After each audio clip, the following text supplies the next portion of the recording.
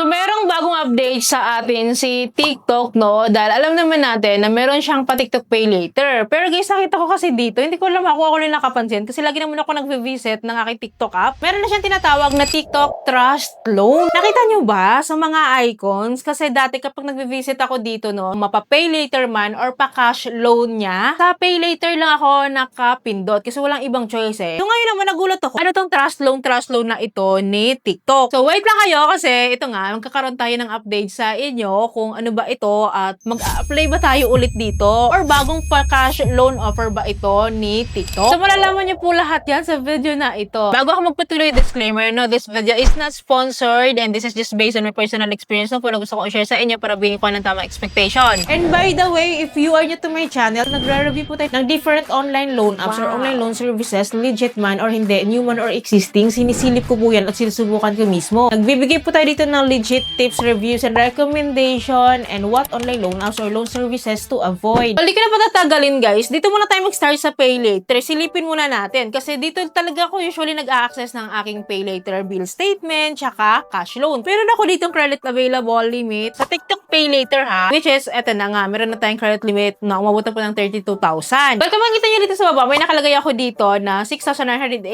available. So pwede ko daw siya i-withdraw good as cash po ito. Well anyways, may nakalagay din dito sa baba na special for me daw na offer which is pa-cash loan po ito, which is na-activate ko na po ito nung nakita ko na may offer siya. Kaya nga po nakautang na ako eh. At ito na nga, click natin tong withdraw no. So kung makikita nyo dito guys, is ito na nga po yung aking credit limit po sa aking cash loan po ni TikTok. May credit limit po ako sa kanya worth 7,500 pesos. At ito na nga po, no, nagkautang nga ako sa kanya ng 1,000 pesos. So by the way, pwede siya palang multiple loan at we can loan as we want. Basta may credit limit lang po tayo dyan. Meron pa nga akong utang dito na kailangan kong bayarin, ano? Otherwise, guys, itong sa TikTok Cash Loan po pala is powered by WeFund Lending po. Nakilala natin na siya din naman ang may-ari ni One Hand, tsaka ni Juna Han, ni Love It Cards. Sila din yun. Siya yung nagpa-fund po nito. At napansin ko po, dito sa TikTok Pay Later ko po pala, dati kasi ang nagpa-fund din po sa akin is si WeFund Lending or si One Hand. Pero ngayon, guys, nagbago na pala, nagpalit na pala sila. Ang TikTok Pay Later provider ko na po ngayon is si Pipo Financing or Pipo Financing. Well, dinignan ko agad yan sa SEC website, no, kung anong ganap ni Pipo or Pipo Financing. So, nakalagay dito guys na formerly known as Kid Munch Lending Incorporated siya. Actually guys, na-feature ko na itong si Kid Munch Lending, no. May mga anak din tong loan app dati. At malinaw naman po na nakalagay dito, no, na queening si TikTok dito, na talaga namang loan provider niya si Pipo Financing or si Pipo Financing. Well, meron naman siyang remarks dito kung anong kaganapan dito, kung bakit parang nagpalit ata si TikTok, no? Kasi nakalagay nga po dito nung November 26,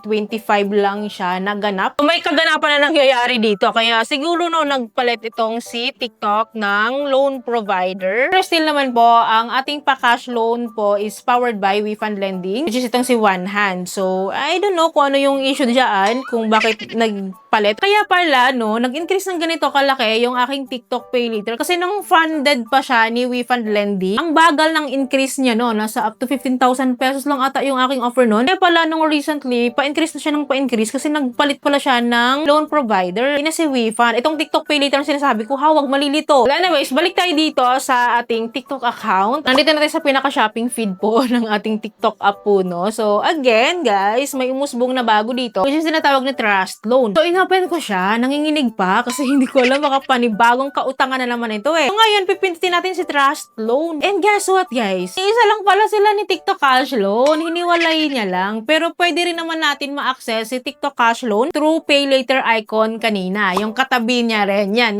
katabi niya na yan. Pwede rin natin ma-access. Kasi nakikita natin dun, di ba? Na dun nga yung billing ko eh. Whereas po, hiniwalay na pala nila. So, kapag sinabing Trust Loan, ito na yung pa-cash loan po ni TikTok ngayon. So, nakahiwalay na siya ng icon dito. And yes, huwag malilito. Bago lang yung icon na pinangalanan niyang Trust Loan. Pero ito din po yung pa-cash loan po ni TikTok. So, dati kasi, again, si Pay Later lang po yung icon dyan. Dyan din po natin makikita si TikTok Cash Loan. Pero ngayon, nagkaroon na ng separation. Pero still po, ma-access pa rin natin si TikTok Cash Loan through Pay Later icon. So, di ba parang ang gulo-gulo niya. Dapat Trust Loan lang. Pay Later lang, di ba? Pero yes, yun lang yung nagiging naging update niya ngayon. But if ever po na wala pa kayong pa-cash loan, pwede na kayo agad mag-direct na mag-apply dyan once po na eligible na kayo at visible na po yan sa app nyo. And kung tatanungin nyo ako kung paano mag-apply dito at kung paano magkaroon ng TikTok cash loan, guys, experience ko po kasi nauna si Pay Later, si TikTok Pay Later. Usually po sa mga pa-buy now, pay later or shopping app na nag-o-offer po ng mga pay later or pa-cash loan, mauuna lagi po yung kanilang pay later loan offer sa atin. So, diyan tayo magsisimula sa pay later niya. And of course, so gamitin natin si pay later at magkaroon tayo ng frequent activity na ginagamit natin siya. Kasi parang yan yung pinaka-assessment niya na makita niya na talagang loyal customer tayo. So, kapag nakita niya frequent user ka ng pay later, good payer ka pa, susunod na pong ma-offeran po sa atin easy cash loan niya, which is tinatawag niya ngayong si Trust Loan. At kung paano po mag-activate dito, once po na visible na sa inyo yan at may offer sa inyo yan, guys, magno-notify naman yan sa inyo through the app or mag-i-email yan sa inyo na may offer kayo. So, kapag nangyari yan, i-activate po natin siya. And don't worry guys, no income proof needed ha. Wala tayong kailangang isubmit na ganon. So, for the full process po, sundan nyo lang po kung paano ako nag-activate dyan, step by step, from the very beginning up to the end. Shinare ko po yan sa inyo. So, yun nga siya, i-activate siya bago malaman natin na may offer po tayo. Well, next and final question. Worth it ba magkaroon ng TikTok cash loan or bago niyang tawag ngayon, which is si TikTok Trust Loan? Okay ba yung interest rates niya? Mabilis ba ang disbursement? And well, for you to have an idea din po, no? Kasi ang dami rin nagtatanong about TikTok cash loan talaga. So, sabi ko nga sa inyo guys, loan as you want kayo dito kasi hindi siya madamot. Nag-offer siya ng multiple loan. Once po na may credit limit po tayo dyan. Just like for example, ito po ang kinuha or inutang ko lang po dito is 1,000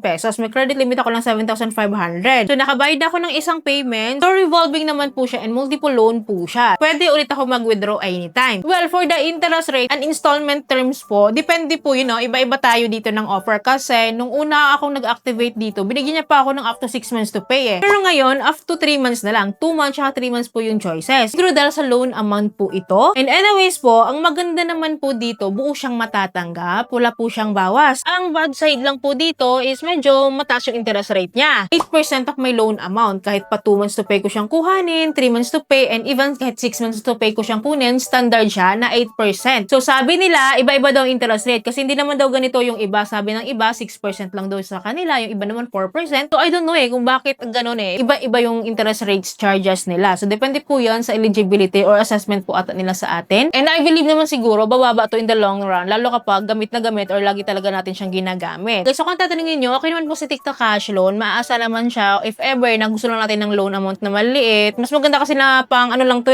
pang kapus lang siya or pang petsa de peligro, yung talagang pang backup lang. Kasi mataas nga yung interest rate niya, 8%. Pero maganda dahil buo siyang matatanggap. At napakadali lang pong mag-disburse dito. Fast disbursement po talaga siya agad-agad. So pwede nating i-disburse through e-wallet, GCash, Paymaya, or bank account. So yun, ganun lang naman yung experience ko sa kanya. Wala naman akong issue talaga dito sa mga to kasi hindi naman tayo bad payer din. So far okay naman siya, maliban sa interest rate talaga, 8%. Mataas siya. Compared naman kila GCash, Bill is as loan. Lazada Fast Cash, diba? So mas mataas talaga siya ng konti. Pero this is quite better than any other loan apps naman dyan. Na pa 7 days to pay lang. Almost 50% yung interest rate, diba? So yun lang yung nagiging update po natin kay TikTok Pay Later at saka kay TikTok Cash Loan. And if ever may concern kayo or may other question kayo, you can comment down below naman po. Nababasa ko naman po yan. At sasagutin po natin yan sa abot ng aking makakaya and baka ma-feature natin yan sa susunod po natin na video. So yun lamang po ay po may natutunan kayo sa video ay po nakatulong tong video sa inyo. Kung gusto niyo po yung video, please don't forget to like, share, and subscribe. At i-click yung bell button para lahat ng videos ko is-upload and notified po kayo. Thank you for watching this video. See you in my next video. Bye!